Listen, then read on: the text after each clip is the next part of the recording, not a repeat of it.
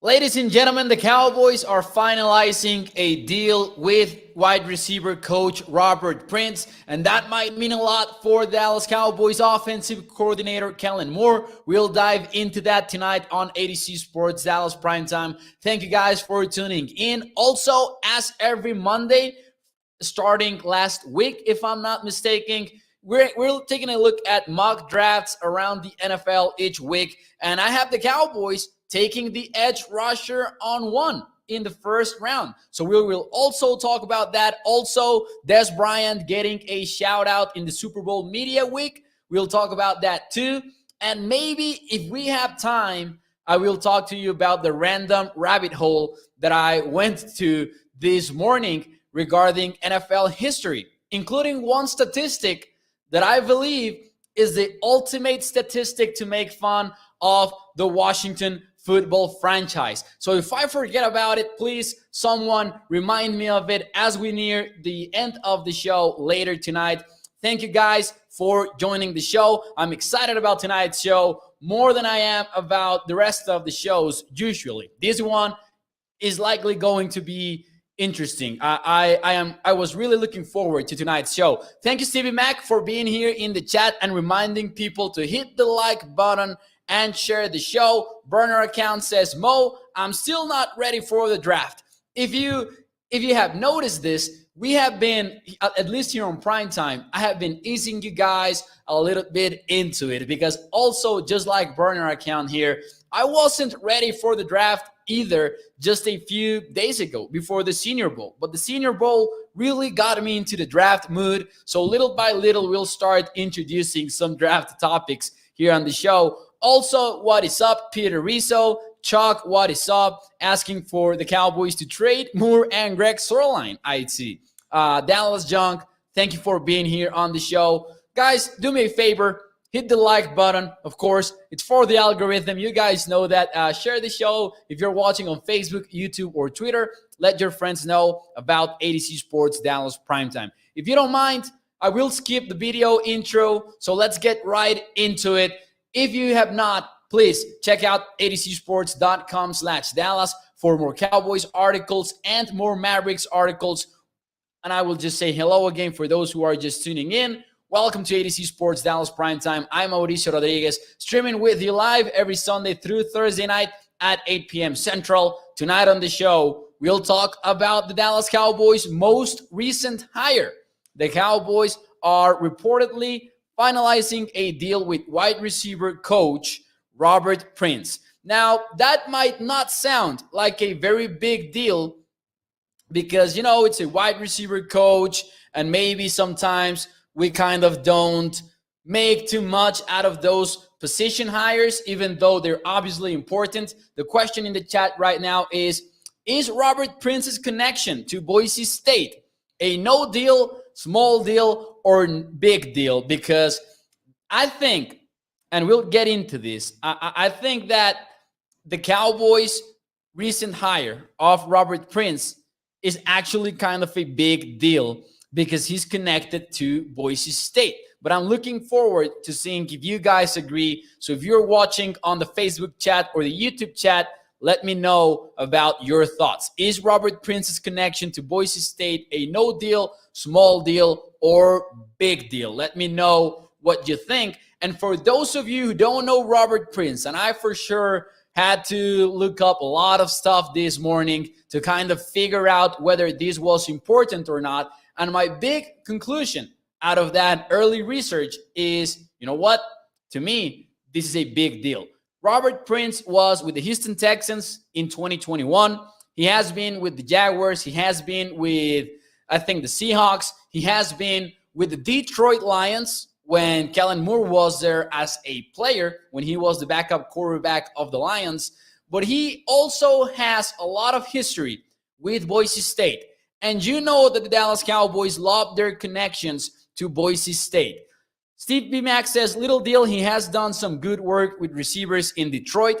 There was actually this weird stat that I found that in 2016, the Lions had 5 receivers, 5 different players with over 50 receptions in the season. And that was only the 5th time in NFL history that had happened. So good fact from Robert Prince over there when he was with Detroit.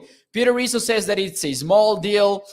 Chuck says no deal. He just connected to Moore. No deal, says Jeffrey Jones. Burner account says big deal means that Mike McCarthy didn't get to pick his staff again. All right. So I agree with people saying that it is a big deal in the Facebook chat and in the YouTube chat. Here is why. This is Robert Prince's history with the Boise State Broncos. From 2001 to 2002, he worked as a wide receiver coach, and Chris Peterson was involved in that staff. Chris Peterson, who was the head coach of Kellen Moore when he was in Boise State. In 2003, he was the passing game coordinator. 2011, by this time, this is after, a brief stint maybe from Robert Prince into other teams, including in the NFL. 2011, he was a wide receiver coach for Chris Peterson when he was already the head coach. 2011, by the way, was the final year for Kellen Moore as a quarterback with the Boise State Broncos. And finally, after that, 2012 and 2013, Robert Prince was the offensive coordinator once again for Chris Peterson.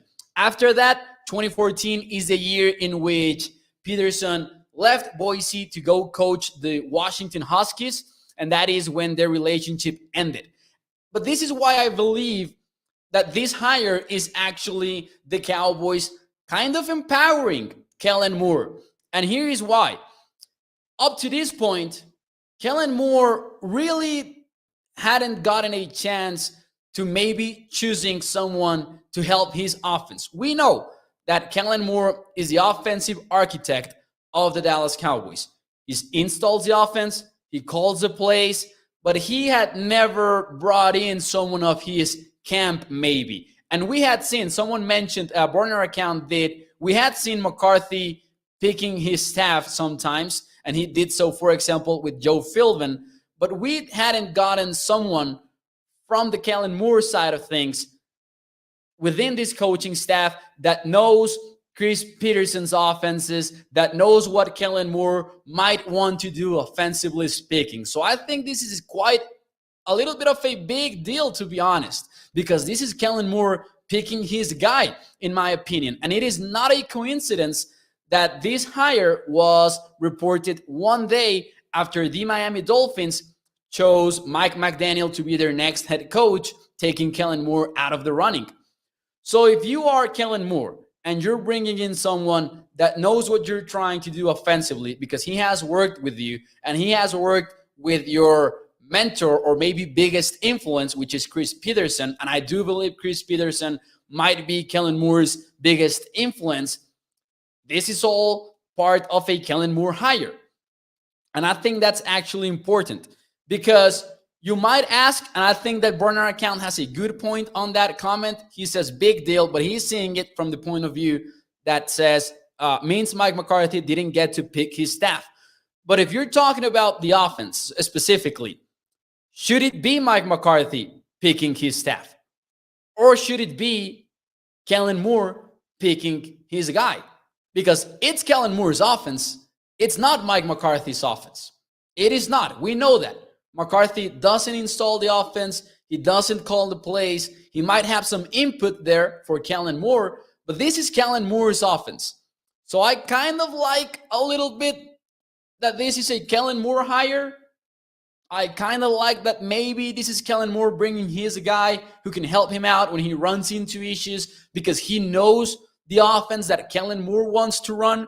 Because we've talked about this play collection side of things for Kellen Moore and the lack of a scheme and all of that. Plenty of Kellen Moore's ideas come from his time as a player with Boise State. So I kind of think that I like this hire by the Dallas Cowboys. Devontae Griffin says, why do we always overrate Kellen Moore? We had a lengthy discussion about that last night, in case you want to check it out here on Primetime. Fernando Quintana, what is up? He asks the important question, right? Getting down to the point. Could this move make a better offense for the Cowboys?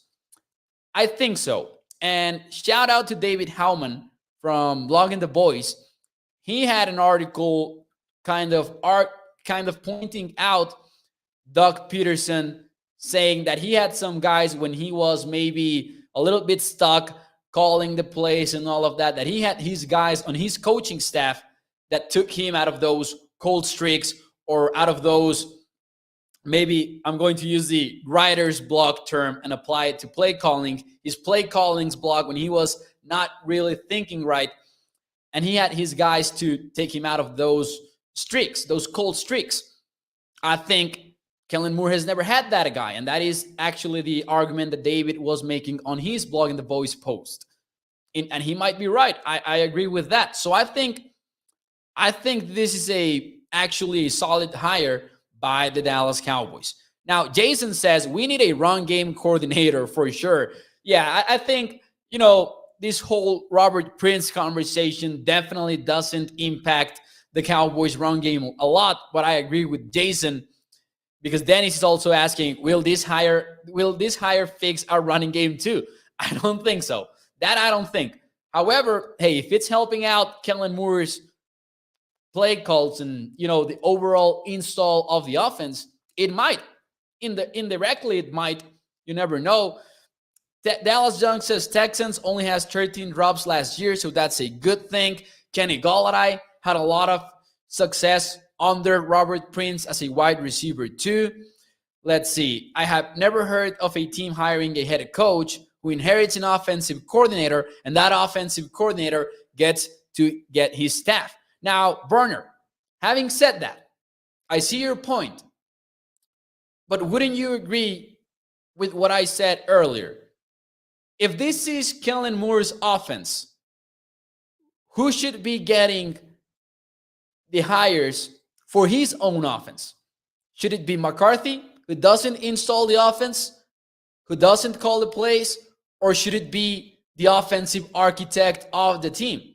I think it's a fair question, because I understand Burner Account's frustration with the way the team is run in general terms, but I honestly look at this and I feel better about Kellen Moore picking the staff for his offense than McCarthy picking the staff for somebody else's offense, because that's what it is right now. So I what do you guys think in the chat? Do you guys like Moore picking his own team? Because he might have a say in, like McCarthy might have a say on the hire, but if Kellen Moore, lays out his case and the team agrees with it, why not? I kind of like this hire. Ryan, what is up? Thank you for joining the show. Ryan is asking, do you think the Cowboys should trade for Jordan Love as a running back? What? Ryan, no, I don't think so. I think he would be quite expensive. Oh, wait. Jordan Love. Am I confusing the names here? Jordan Love, the running back. Oh, I wouldn't mind that. I wouldn't mind getting some running back help. But now, you have Tony Pollard. I don't think that you should trade assets for that. I know that Jordan Love was expected to be. Wait, are they both named Jordan Love? I'm mind blown right now. Wasn't it Bryce Love, the running back, or is Ryan just trolling me with the quarterback conversation over with the Green Bay Packers? Looking forward to seeing if Jordan Love ever gets a chance at playing with the Packers. Stevie Mack says, if it makes you feel better, I actually think Price is a good upgrade over our previous wide receiver coach. He has offensive coordinator experience, and even was a head coach for a game last year as well. That is actually true.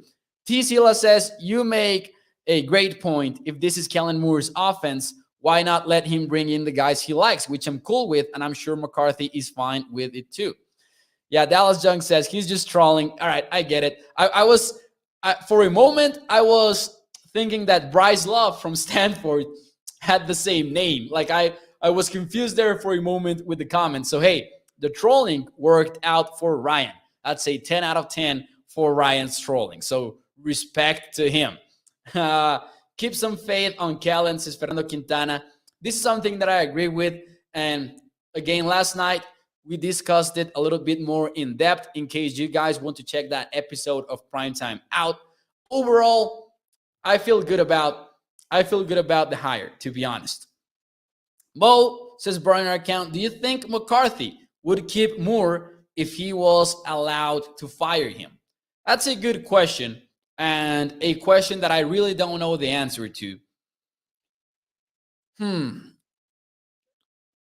Of course, there's no way of knowing this, but I kind of feel like McCarthy is quite okay with the situation going on with the Cowboys. I think that after all of the issues with the offense when he was with the Packers, I think he was actually okay with letting Kellen Moore remain the play caller and the overall offensive architect of the team. Might be in the minority there, but I think he's okay with it. Maybe deep down he wants to call the plays and he wants to be the offensive mastermind. Really don't know. Coach Mike needs to step in, says Jason, but wait, Jerry said no. Anyways, that being said, I like that. That is not the case. Like, we know whether or not McCarthy would keep Moore or not if he was allowed to fire him. That's not the case. We know that is not the case. So given the circumstances, hey, I'm all for Kellen Moore picking his guys. I really am. Anyways, guys, let's move on. Let's move on to the mock draft segment of the show. Every Monday, we'll take a look at some mock drafts that are going on around the NFL, around some important websites, and we'll discuss the Cowboys pick. This is more or less to give us an idea of what the possibilities are, especially because the Cowboys are going to pick at 24 overall. So maybe last year, this exercise wouldn't make a lot of sense if we only focused on the first round, because we would be saying Patrick Surtain, Michael Parsons, week after week after week. I think that the fact that the Cowboys pick 24th overall will give the mock drafts for the Cowboys a lot of different flavors, some different positions, some different schools, small school guys, big school guys. So we'll talk about them all here on ADC Sports Dallas Primetime on a weekly basis.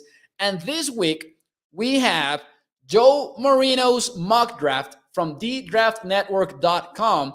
I picked this one because I wanted a mock draft that was put together after the Senior Bowl.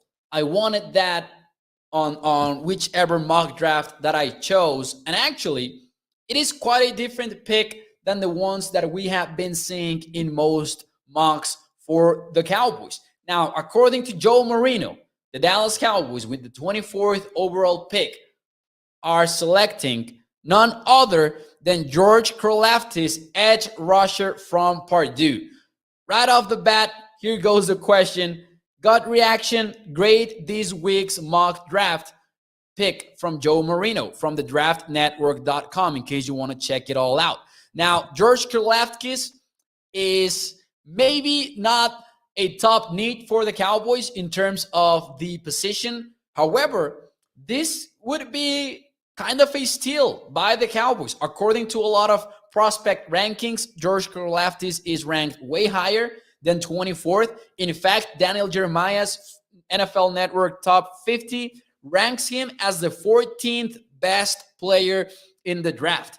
Some of his strengths, according to different draft reports that I was looking at earlier today, George Karlaftis is a great player in terms of size, in terms of power. One of his issues might be arm length, maybe a little bit short for the NFL in terms of his arm length. And the pro comparison that Daniel Jeremiah had on his ranking for him is none other than Ryan Kerrigan. And I'm not going to lie. I know maybe we're not allowed to say this in a Cowboys community, but I am all for Ryan Kerrigan. I think he was a great player, and I think I was a fan of his, to be honest.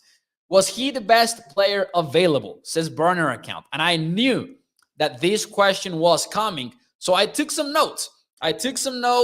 And, fun fact about me, I'm kind of a handwriting kind of note taker. So George Kaleftis was taken 24th by the Cowboys in this mock draft. And these are some noteworthy players. Zion Johnson was already taken, the offensive guard that stood out in the Senior Bowl. Tyler Linderbaum was already taken as well, the center from Iowa. Linebacker Devin Lloyd from Utah was already taken. The one player that I feel Cowboys Nation might have liked better is Nakobe Dean. I was actually surprised because Joe Marino left Nakobe Dean, the linebacker from Georgia, out of his first round. So seeing some of your answers, C- is Stevie Mack. He is not NFL ready yet because of his lack of strength. Stephen White says if he's not 6'6", no, I don't think he's 6. No, he let me see real quick if I can find his size real quick, because his size is considered a strength. He is, let me see if I can get it here somewhere. He is 6'4", according to Wikipedia, which is the fastest source that I could find. He is 6'4", but actually his strength is seen as a strength, at least by Daniel Jeremiah. C-, C, says Dallas Young. I think that he has a high floor, but I would like to get someone with a little bit more upside, just in my opinion. This guy is too short and not a big-ass run stopper, says Donnie Collins. Trevon Walker or Nakobe Dean, says Ryan Doyle. I think in this mock draft, I'm not entirely sure. I think that Trevon Walker was already taken. So yeah, according to ESPN 275, someone is asking for his weight. I would like an edge rusher. Listen, if the Cowboys cannot address the Kenyon Green was also taken, by the way. If the Cowboys cannot address offensive line with some of those players, specifically Zion Johnson, Kenyon Green, and Tyler Linderbaum, who I also love, is not available. Devin Lloyd either. I wouldn't mind taking George. Like I like that pick, and I think it was an original one from Joe Marino and a different possibility that maybe not many are talking about. So we will talk more about him over the week, I believe, here on adcsports.com. You don't draft a finished product, says burner account. It's what you think you can become. I trust Dan Quinn when it comes to defensive players. Now, if the Cowboys are not able to, keep Randy Gregory around, then I think that pick becomes way sexier for the Cowboys. I know, of course, you always want the BPA, and I think that if he is over there at 24th overall, he might be the best player available. I know that according to Daniel Jeremiah's rankings, he was the best player available for the Cowboys at 24th. Burner account says, honestly, if the board took out that way, I would trade down Mo. Now, this is something that I always say, because I also like the idea of trading down most of the time. However, I kind of feel like 9 out of 10 times that we talk about trading down, the possibilities for a trade down are not really there. Like, I think that most of the time you need to be in a spot in which quarterbacks are available, which might be the case with such a weird QB class in 2021. But I think it's always way easier said than done when it comes to trade downs. Because I think that once draft season rolls around, you can take any of the 32 NFL teams, you can put that name on Google and then add trade down, and you will see articles on each and every one of the teams asking for a trade down, at least one article about it. So it's always easier said than done. I would never mind a trade down, of course, depending on how the board looks, who's available, who's not available. But most of the time, I have this feeling that it's never that easy. Let's see. Wyatt, the defensive tackle from Georgia, should be in consideration for the number 24 pick as well. Let's see. Jason says, check out Green from Aggie and the LSU guy. Both were taken in Joe Marino's NFL draft. Well, I'm guessing that by LSU guy, did you mean Stingley? Derek Stingley from LSU? If that is the case, he was taken. And I think he will be taken like earlier. After the year Anthony Brown had, his corner is still a need, says Mr. Woods. Well, I might be in the minority here, but I think you can never have too many cornerbacks. And I'm all for taking a cornerback whenever one is available, if he's the best player available. Now, I know we want to put a lot of stock on Anthony Brown's year, but what is his contract year? And Jordan, he's a player that you can move on easily. I think it's not out of the question that the Cowboys trade Anthony Brown this offseason, for example, especially after Jordan Lewis deal, in which it makes it a little bit harder. I mean, both, you can move on from both maybe, but Anthony Brown's contract situation is way easier. So I wouldn't rule out taking a cornerback if one is available and he is the best player available.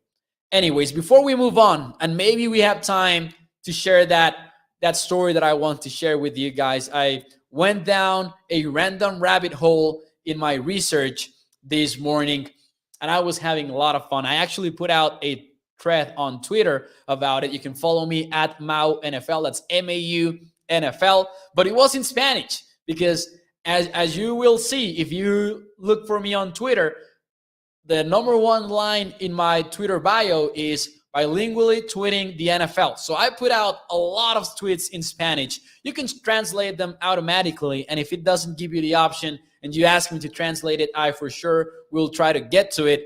But this was a long thread about a random story. I will get to that in a moment. Just before we get into that, Dez Bryant got a random shout out in the Super Bowl media week. In case you guys didn't see that, Jamar Chase was asked by the media if there was one wide receiver that he modeled his game after. And he talked about some players. He mentioned Stefon Diggs, for example, but he did say the main guy that I was looking at was Dez Bryant. And I wrote an article about it over at adcsports.com. And I was taking a look at some of the numbers. And man, this question popped right into my head. Is Dez Bryant's career underrated or overrated in Cowboys history? Now, I want to say that what Jamar Chase said about Dez Bryant makes a ton of sense. Think about what Jamar Chase said and think about how he plays. And the number one thing that jumps out when watching Jamar Chase play is he's strong and he is physical. The frame might be a little bit different for the two players, but they are both physical. They're both involved in a lot of 50-50 balls, for example. Jamar Chase wins consistently in those. And Dez Bryant, on his prime, he really was, man, spoiler alert for my answer. I think that Dez Bryant's career is a bit underrated, to be honest. I know it was not long. I know it was not the longest career in NFL history. But that Dez Bryant that we saw from 2010 to 2014, that has been one of the most dominant wide receivers that I've seen. And man, his numbers were actually quite insane. I was putting this article together, and let me see if I can find it quickly. I pulled out from ProFootballReference.com, pulled out the average stats for Dez Bryant between 2011, which was his second year in the league, to 2014, which was, no, T. I said C in Spanish, just like thinking out loud. Between 2011, second year in the NFL, to 2014, which was his most dominant season. And here are his average numbers. 84 catches, 1,216 yards, 12.5 touchdowns, and 14.5 yards per reception. That's an average number over the course of 4 seasons. It is hard to have those numbers in a single year. Now imagine being that successful throughout 4 different years. And if you take a look at his numbers from 2014, that was so dominant. That was one of the best seasons that we have seen from a receiver, like maybe ever. Now, Jamar Chase, he had 81 catches as a rookie, 1,455 yards, 13 touchdowns, and an insane 18 yards per reception. Underrated, says Stevie Mack, another guy that Garrett and Jerry held back. Hey, I'm surprised that not a lot of people say overrated. Squatch says, sorry, man, always give you a thumbs down because your accent bothers me. Imagine being Squatch. Imagine being a guy that will give you a thumbs down just because the accent of a host bothers you. Hey, guys, give me a solid, make up for that.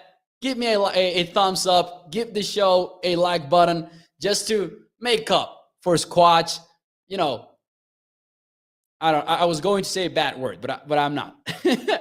Make up for it, Squatch, respectfully. Sorry, man, but I think that sucked. Underrated, says Chuck Pridgeon. Let's see. For wearing number 88, says burner account. Overrated. Adrian Gutierrez is underrated as well. Let's see. Team Hall, underrated. Let's see. Cactus with a thumbs up. Chuck says he's a hater, giving you a thumbs down. Yeah, like, hey, I'm not going to lie. I always am weirded out by people that actually take the time to give you a thumbs down. Like, if I don't like something, I usually just, close the video or something like that.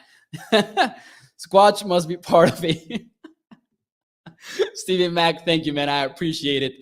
Tommy says, why would you say that? Shake my head. You're the man, Mo. Thank you to Tommy, always supporting the shows. Thank you, guys. Just had to bring it up.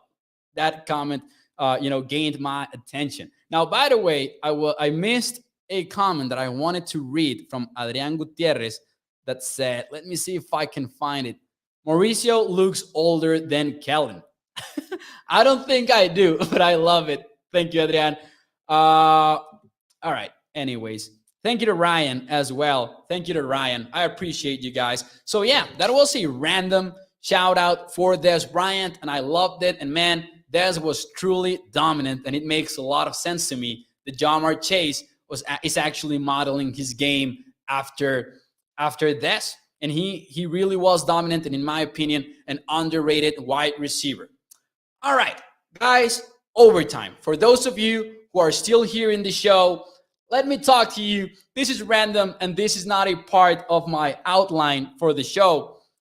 But I found something out.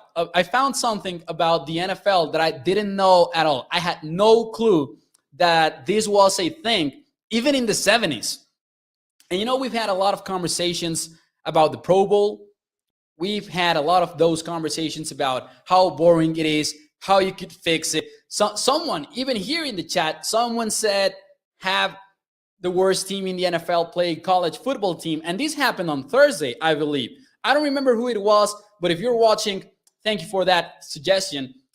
Turns out, and maybe a lot of people already know this, but I didn't, and I'm sure that a lot of people don't either. From 1934 to 1976, there was something that was called the College All-Star Classic. This was a game in which an all-star selection from college football played not the worst team in the NFL. No. It played the NFL's champion. How crazy is that? I didn't know. I didn't have a clue that this was a thing. Between 1934 all the way to 1976.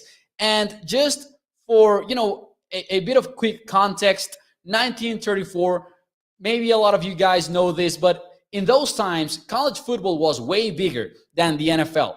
NFL teams and NFL clubs were struggling to survive even. Some, popped into the league and then disappeared after a few years because of financial problems and all of that. In the meantime, college football was crazy. And there is this guy that was called Arch Ward, and he is responsible for putting together the first ever all-star Major League Baseball game. And he was asked by the Chicago Tribune, the newspaper, he was asked to put together another sports exhibition that could be as popular. And he called well, I don't know if he called or he met with George Halas, pioneer for pro football from the Chicago Bears. I'm sure you know him. He talked to him about this idea, and George Halas liked the idea because he saw it. He saw the potential of it maybe driving growth in the NFL. Because in those times, maybe the Chicago Bears were drawing about an average crowd of 5,000 people. The first ever college football classic, All-Star Classic, featured or hosted 79,000 people in attendance. I was blown away by this. This was quite crazy. And I actually have some information here that I wanted to share with you. Again, I put together an entire thread about it on Twitter. It's in Spanish, but in case you want to check it out and translate it little by little, it's a fun thing. Here are some facts that I found about this story. 31 times the NFL champion won. That means that 9 different times, 9 different years, actually, the All-Star college football team ended up with the win. That first game in 1934, those 79,000 people, they witnessed a 0-0 game. And what really cracked me up is that here's what the newspaper said, and I have the picture of the newspaper here. Maybe you cannot, I should have uploaded this picture. I suck, I know. All-Stars battle Bears to 0-0 tie. That is the headline for the newspaper. And then the subtitle is 79,000. This is a 0-0 tie. Again, this is what the subtitle says. 79,432 strong seas thrilling football game. A 0-0 tie. And then we have another call out that says college players miss 2 place kicks. How awesome is that? How awesome is that? Now, some more information about it. That 79,000 number, to put it into context, it was almost triple what the NFL championship game from a year before had seen. How crazy is that too? Ended up disappearing. This game ended up disappearing because of financial troubles. 1976. Think about the context. This was years after the merger. This was in the Super Bowl era. The Super Bowl was just beginning. And of course, pro football had taken over. So financials were a problem now, and it ended up disappearing. Now, some interesting facts. The Green Bay Packers are the team that played the most games in this college football All-Star Classic. They went 6-2. And here we go. The Washington Redskins played twice, and they went 0-2 versus the college football All-Star selections. 0-2. I don't know about you, but I've been laughing all day long about that stat. I know it's because of a lot of reasons, but I thought that was pretty interesting. The Dallas Cowboys played in one, by the way. It was in 1972, and the Cowboys ended up winning that one. 1976, you know who was the MVP of this game? The MVP always belonged to the college football team. It was none other. I'm sure that many of you guys know this name, Ray Guy, the first ever pure punter inducted into the Pro Football Hall of Fame. I was blown away by this story, and I was reading some PDFs and old newspaper pictures. I was having fun this morning. I'm not going to lie. Mo, was it Constitution Day in Mexico today? It was on, what was it, Saturday? We had the Constitution Day, 5th of February, but the free day, the holiday is always pushed into the following Monday. So yeah, it was, Ryan. Thank you for that. Fun fact, another fun fact. Turns out I'm filled with fun facts today. Before the 17 game schedule for the NFL, the Super Bowl weekend was always the weekend of the Constitution Day in Mexico, which meant that each and every one of our Mondays, the day after the Super Bowl, were always a national holiday. People don't have to go to work. People don't have to go to school. So we always called it like the Super Bowl holiday, just as a joke here in Mexico. But now We don't have that free Monday because now the Super Bowl is 1 week after that. So yeah, Mexico fans absolutely hated that move by the NFL. NFL teams, says Mr. Kima, and destroyed those college all-stars. Yes, here in Mexico, we have a day off, says Elio Varela. Shout out to Elio who is watching the show. Pro Bowl and this game are fine after the season is over, says Stephen White. I would have loved to see the college football all-star games because it sounds like in those times, the players were actually playing tackle football. And of course, it had to do a lot with player salaries and all of that. For example, I saw one quote from this newspaper. I think it was the Bulletin in 1976. And this is a quote from NFL Commissioner Pete Russell. The college all-star game played a major role in promoting the growth of the National Football League. I regret it is no longer practical economically for the Chicago Tribune charities to sponsor it. Stephen White says, I live in El Paso, must have an Hispanic accent. Some Hispanics have never spoken Spanish. Accent stops some people from the message. Glad I'm not them. Oh, Stephen White, that's a great comment, man. I really appreciate it. And man, it was way more difficult when I first started doing this show. And I feel like it, I've gotten a little bit better speaking English for an entire show about the Dallas Cowboys. Let's see. There is a curse, says Tom down his burner account. Don't worry, we're about to close out the show. Don't worry. They took a championship from the post-Bill Maroons because they played a college team. Oh, and the NFL stripped them of the title. And I think this is from 1925. Burner account says, Mo, look at the 1925 championship controversy. TDBA, I will do that. Trust me, that's probably what I will do before going to sleep tonight. Anyways, thank you guys. I really appreciate you. Thank you for tuning in to ADC Sports Dallas Primetime.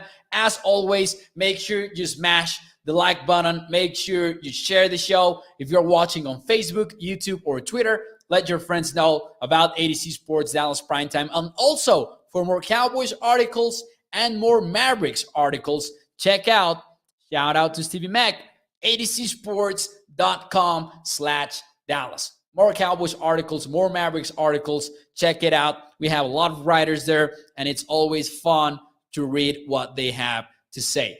Thank you, guys. I will see you tomorrow. I'm your primetime host, Mauricio Rodríguez, every Sunday through Thursday at 8 p.m. Central. See you guys. Thank you for your support.